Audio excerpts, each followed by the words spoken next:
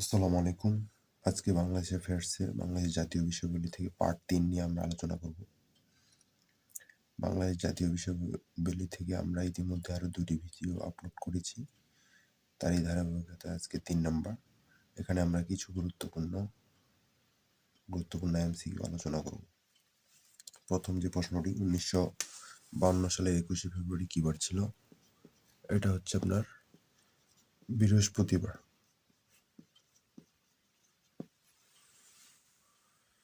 পরেরটি ভাষা আন্দোলনের প্রথম শহীদ কে? রফিক উদ্দিন। ভাষা শহীদ আবুল বরকতের ডাক নাম কি ছিল? আবাই। বাংলা ভাষা প্রচলন আইন জারি হয় কবে? ১৯৮৭ সালে।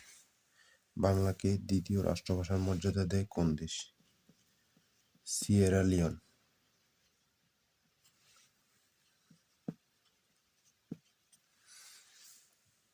একুশের প্রথম উপন্যাস কোনটি? আরেক ফাল্গুন।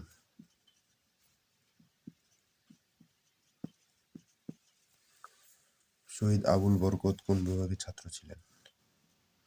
রাষ্ট্রবিজ্ঞান।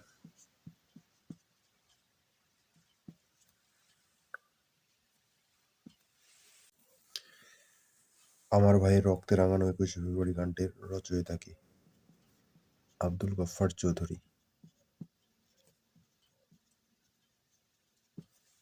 গফফার চৌধুরী। সালাম সালাম হাজার সালাম গানটির সুরকার কে? আব্দুল জব্বার।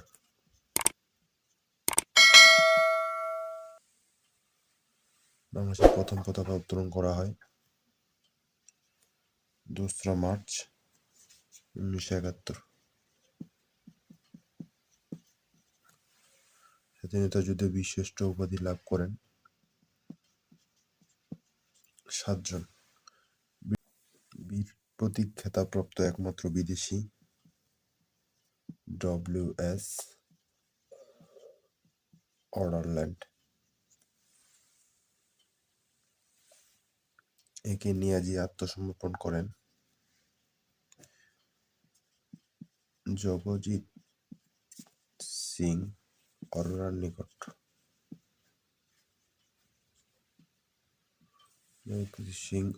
নিকট। যে বীরশ্রেষ্ঠের মৃতদেহ উদ্ধার সম্ভব হয়নি? বীরশ্রেষ্ঠ রুহুল আমিন।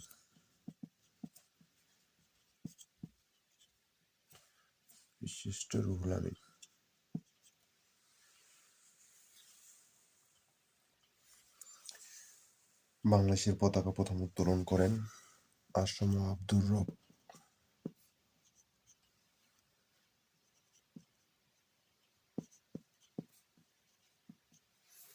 স্বাধীনতার ইশতেহার পাঠ করা হয় কবে?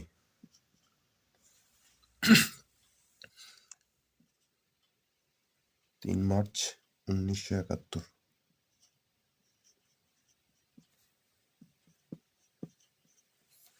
স্বাধীন বাংলা বেতার কেন্দ্র স্থাপন করা হয় কোথায়? কালুরঘাট, চট্টগ্রাম।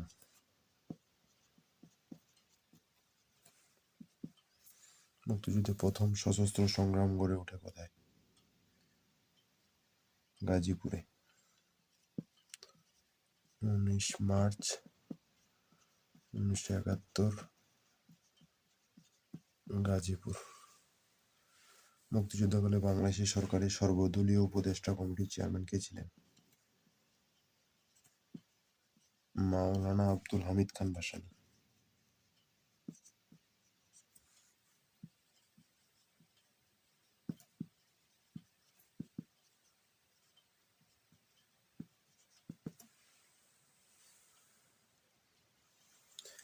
এই ছিল আজকের বিষয় বাংলাদেশ অ্যাফেয়ার্সের বাংলাদেশের জাতীয় বিষয়গুলি পার্ট 3 থেকে কিছু গুরুত্বপূর্ণ প্রশ্ন।